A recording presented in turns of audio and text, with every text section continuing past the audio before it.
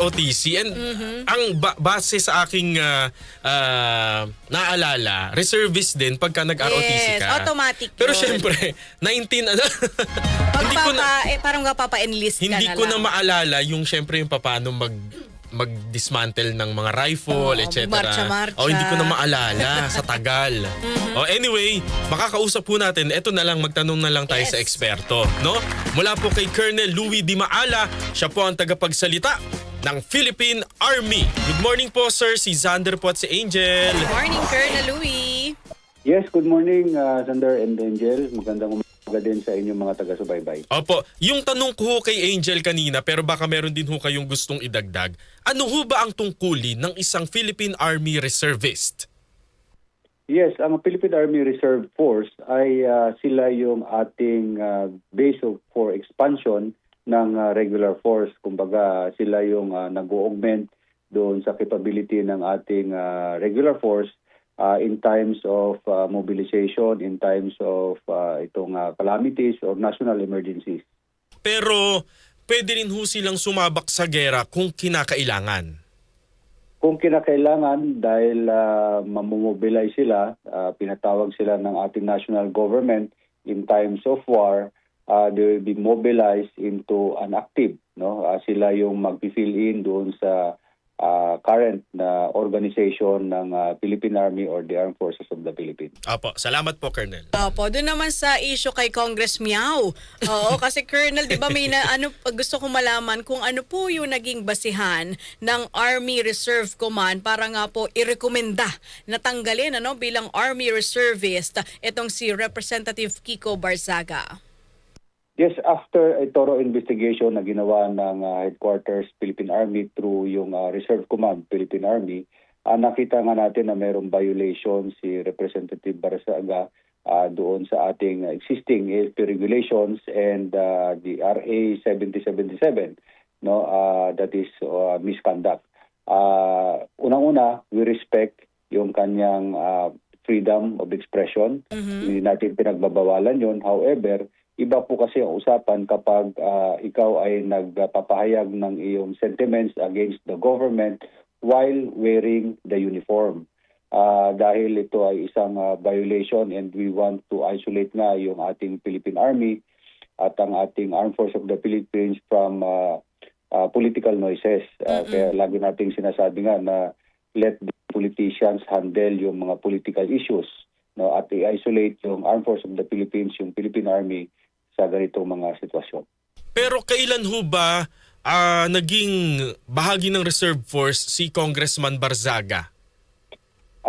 He was enlisted in the Reserve Force with the rank of private nitong nakaraang January 10, 2024 after niya matapos yung basic military training.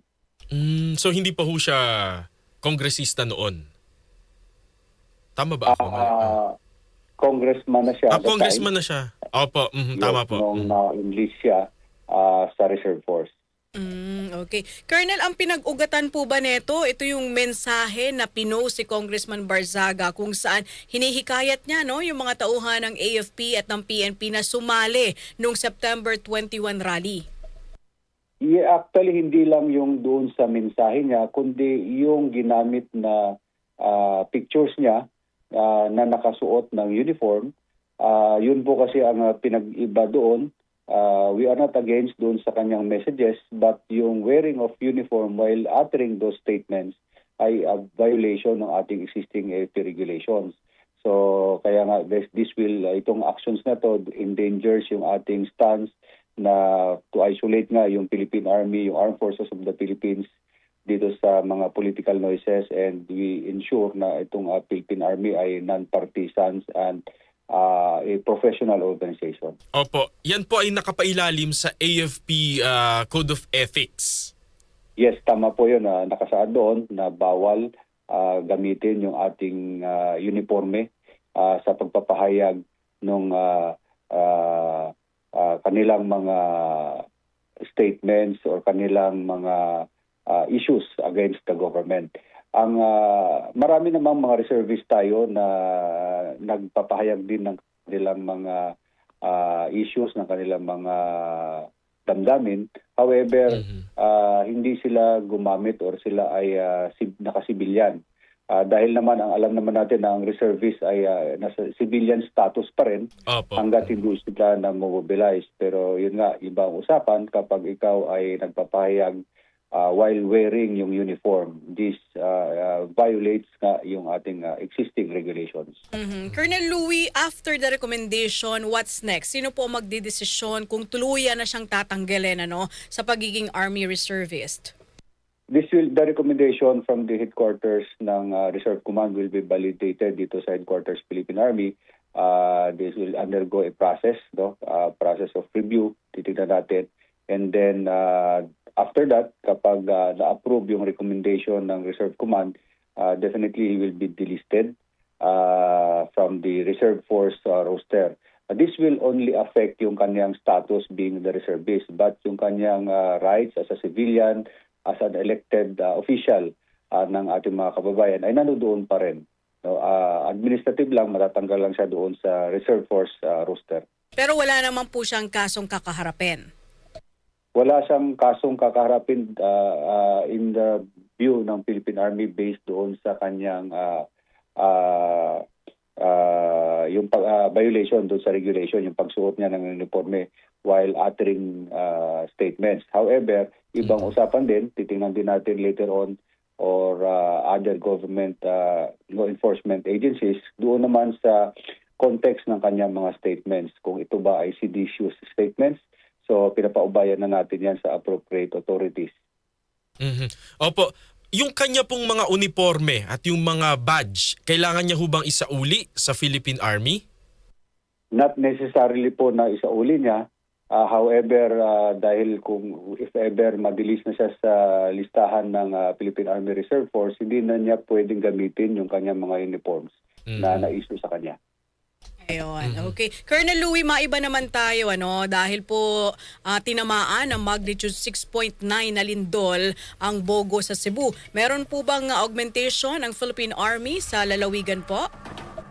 Kasi una-una po nakikiramay tayo sa biktima ng lindol sa Cebu City, particularly dito nga sa municipality ng sa Bogo, Cebu.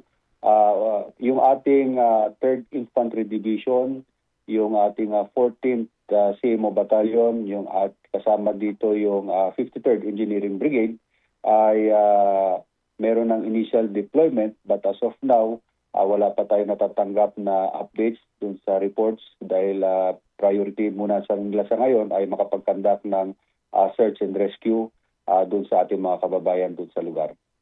Opo. Meron po ba tayong mga kampo militar o base militar na naapektuhan po ng lindol, Colonel Louie? Sa ngayon, wala tayong natanggapan na report dito dahil tinitingnan natin dito yung headquarters ng 53rd Engineering Brigade na nandoon sa Cebu City as well as yung headquarters ng Visayas Command. But as of now, wala tayong nare-report na naapektuhan.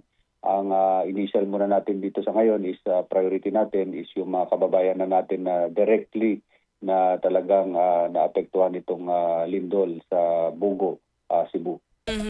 Kanina po doon sa pakikipag-ugnayan namin sa lokal na pamahalaan dyan po sa Cebu, ang problema po kasi ay yung mga daan na nagka-problema po, nagsibuwalan yung mga establishmento. Meron po ba tayong mga kagamitan dyan po sa Philippine Army nang sa ganoon makatulong po sa pagsagawa ng clearing operations? Yes, initially yung ating manpower assistance and mayroon din naman tayo through the Visayas Command, meron tayong mga sea assets na pwedeng ma-utilize and as well as air assets na pwedeng ma-utilize upon the request ng local government units kung saan pwedeng mas effective na magagamit ito. But as of now, ang in behalf of the Philippine Army, yung ating mga tropa ay 100% na nakatutok ngayon sa ating mga kababayan doon sa Cebu. Opo, at nitong nagdaang bagyong Opong, meron din po kayong na-mobilize po na mga tauhan natin at assets sa mga lalawigan pong sinalanta ng bagyo? Yes, doon sa mostly manpower and yung transportation vehicles natin ang na-utilize natin doon sa mga biktima naman itong nakaraang bagyo. At kasama din dito yung sa rehabilitation phase, no, sa paghahatid ng mga relief goods sa ating mga kababayan.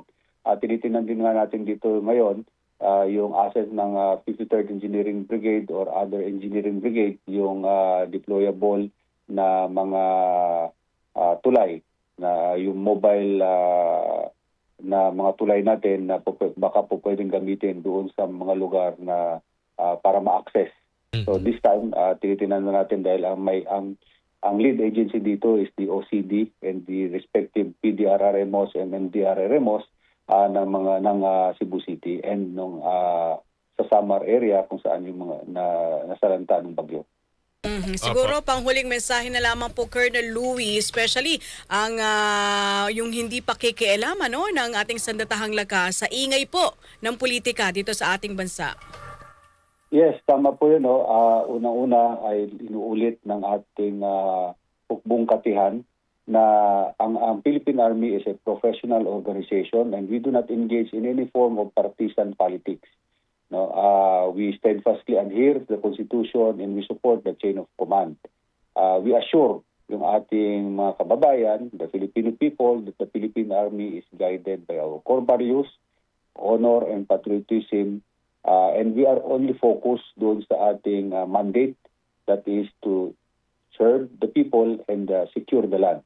At dito naman sa ating mga kababayan di sa Cebu City na sa kasalukuyan ay nangangailangan ng tulong, ang ating 3rd Infantry Division, the 53rd Engineering Brigade ay tuloy-tuloy yung ating pagtulong sa kanila para sa search and rescue and possible rehabilitation din ng lugar later on upon determination na ng local government ng Cebu City. Opo, para naman po doon sa mga interesadong maging bahagi po ng Reserve Force ng Philippine Army, saan ho ba sila pwedeng Facebook po, ganun po, may number po bang pwedeng tawagan?